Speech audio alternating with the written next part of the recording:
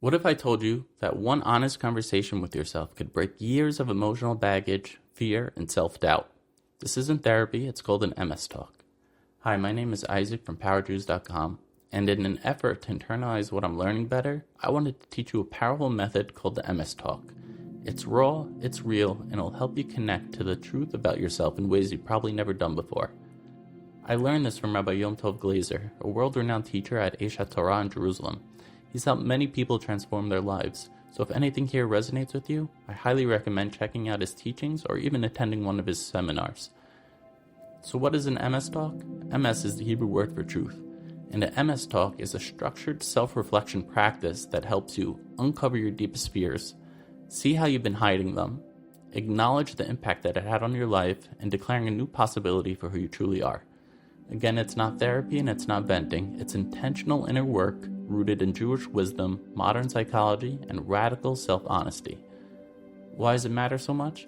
Because most of us carry emotional wounds.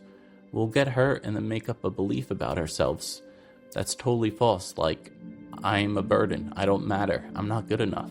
Psychologists call these core beliefs. They're deep, often subconscious stories formed in our childhood or through trauma.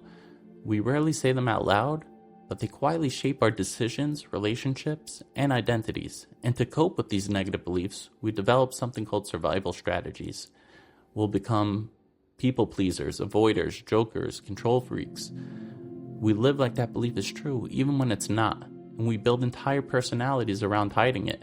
But the truth is, these survival strategies is just a mask to help us feel safe. They're not who we truly are. And Emes Talk is about ripping off that mask and choosing truth over fear.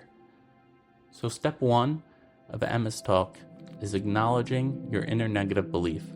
Ask yourself, what painful story did I believe about myself? You could start by saying, the way I saw myself was, I am not lovable. I saw myself as a burden. I saw myself as always messing things up.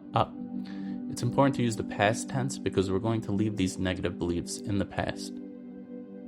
Step two is the cover-up, the survival strategy. How have you been hiding this negative belief? What mask do you wear?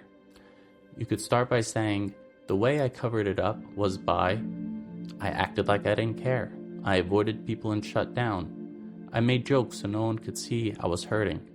In psychology, they call this your adaptive self, a false identity that keeps you disconnected from the real authentic self. Step three is the impact.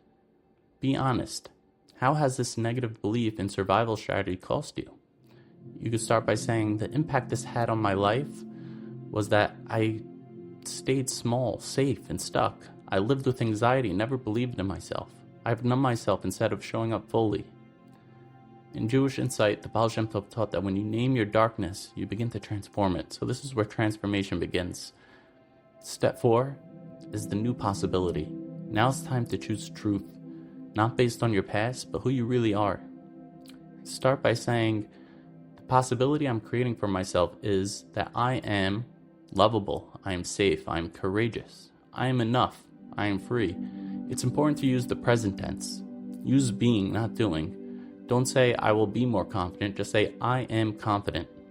In psychology, they prove that repeating identity-based affirmations rewires your brain. Neuroplasticity makes this change possible.